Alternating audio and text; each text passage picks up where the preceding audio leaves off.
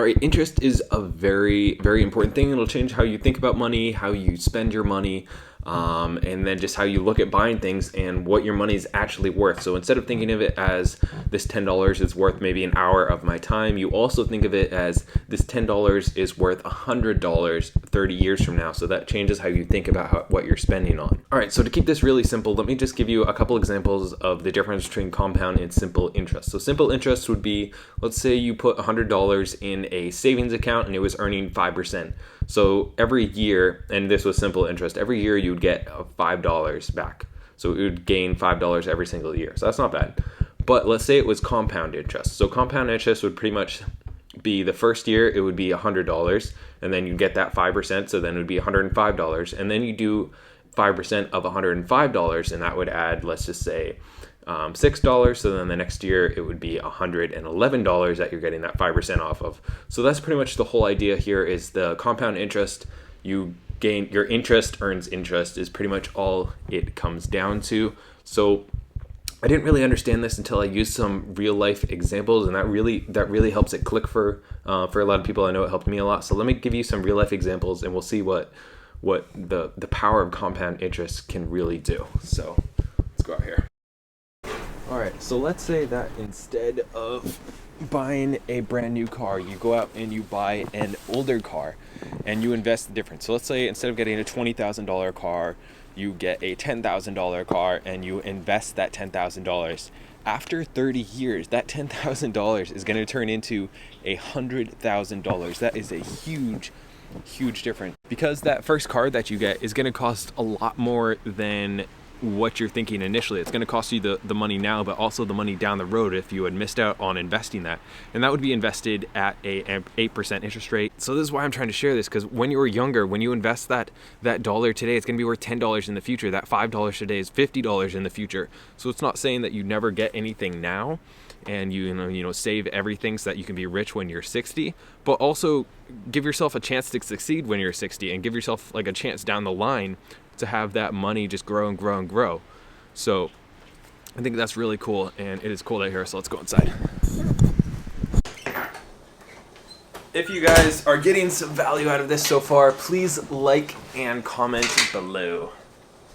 So really the best way to learn about this is to mess around with a compound interest calculator, and I'll link some of those down below. But let's look at what happens if instead of just doing for 30 years, you do it for 45 years, and let's see what the difference is. So that $10,000 over 45 years will turn into $319,000. So just that extra 15 years added an extra $200,000 to what we were at before from that 100,000. So instead of starting early, you started investing for your retirement when you were 50, and you only have 15 years in the market. That will only get that $10,000 to $31,000. So it does grow, it does make a difference, but it's not as huge of a difference. What you really want is that long time in the market. Because if you look at this graph, even though you're not putting in any more money, you see how it just skyrockets, especially towards the end. Those later years make such a big difference because that interest, that compound interest is just growing on itself and on itself and on itself. That's why you don't want to be taking out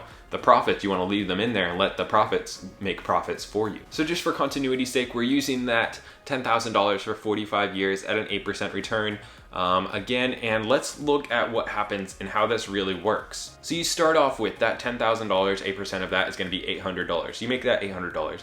Then the next year you have $10,800. So you're going to make $864 interest, and you just see how this grows down the line here. And let's look at from year 1 to year 20. It grows from $800 in interest to $3,400. But let's look at year 20 to year 40. It goes from $3,400 to $16,000. So you see each year at the end there, it is growing so much more than it did at the beginning. So that is why the length in the market is so important. So this can be something really cool. It can be also something that can get taken advantage of. So let's say you are investing that $10,000 over that 45 years, but instead of making 8%, you're making 7% because where you are investing, the firm that you're with, they're charging you 1%. Let's look what happens. instead of being around 300,000, it is around 200,000. So just that 1% made that much of a difference. So that's why it is really important to find like a very low cost index fund, or you could do like the S&P 500. Just make sure that you're not getting slammed with these fees that are hidden. You want to find something that is very cheap. I'm not getting sponsored by anybody to say this. I'm just trying to tell you, look out for those hidden fees, because over the long run, they make a huge difference. You definitely don't want to be paying all that $100,000 for somebody to watch your money when you can just do it differently. So I'll put some links down below to like the Vanguard VTSAX, which is something that I'm hoping to get into very soon. Currently, right now, I'm just investing in real estate, but that is also the same type of thing where it's not going to be the same tangible thing that you can see, but that real estate over a long period of time will pay off. So let's say I buy a multifamily right now, like I did. After 30 years from now, it's going to go from, let's say it cash flows $1,000 a month. Eventually that mortgage is going to go away in 30 years, and then it'll double and it'll be like $2,000 a month, plus all the rents are going to continue to rise, you know, and things like that. So down the road, as long as you get things soon, down the road, it can really set you up. So instead of investing in the stock market, I prefer to invest right now, at least, in real estate, as that has really, for me, is something that is very tangible, and I really, I just like the fun of real estate, really. So I know this guy who bought 3 multifamilies when he was 20 years old. He like borrowed $10,000. So this was about 30-40 years ago. He borrowed $10,000 from his dad for like the down payment, and he got these 3 multifamilies. And now he is retired with just these 3 multifamilies. He does do some other stuff. He worked and stuff, but just these are paying for his entire retirement. So he doesn't have to invest in the stock market. You don't have to do it a certain way, but you need to get in early. And now he is able, like the mortgages are paid off, and he's just collecting that cash flow. So let's say it rented for $500 a month 30 years from now, but now it's renting for $1,200 a month. So that will follow with you, and it will continue to grow your money. So that's why investing so early is so crucial. All right, so I know everybody doesn't have $10,000, but that was just kind of an example to show you how it worked. But let's say you invested $50 now, and then $50 a month from when you're 20 till when you are 65. This is something that's definitely attainable. Unless you're in really bad circumstances, you can figure out a way to get $50 a month and invest that. So after that 45 years, you have invested $27,000. And your interest is $216,000, and you have a total of $243,000 just from that $50 a week starting young. So you see the graph here, how it's going just across. It's like it's slowly going up. You're not really adding that much money, but you see how it just skyrockets there at the end, where your interest is going to need interest and interest and interest. So at the beginning, you put in $600 and you made $30 of interest. But by the end, that last year there, you're still putting in that same $600, but you're gaining $18,000 of interest. That is such a big difference, and you're putting in the same amount of effort, but you're gaining exponentially more. So that's why it's important to get in early and get in often. Don't really try to time the market. It's more about your time in the market. You really need to get in there. And when you look at like Warren Buffett and these people who are really successful, they don't talk about like, wow, I really know how to day trade and time these different stocks. They're like, you know, I'm just sinking everything I got into the S&P 500 or something like that. And they know that over the long run, their money is going to grow.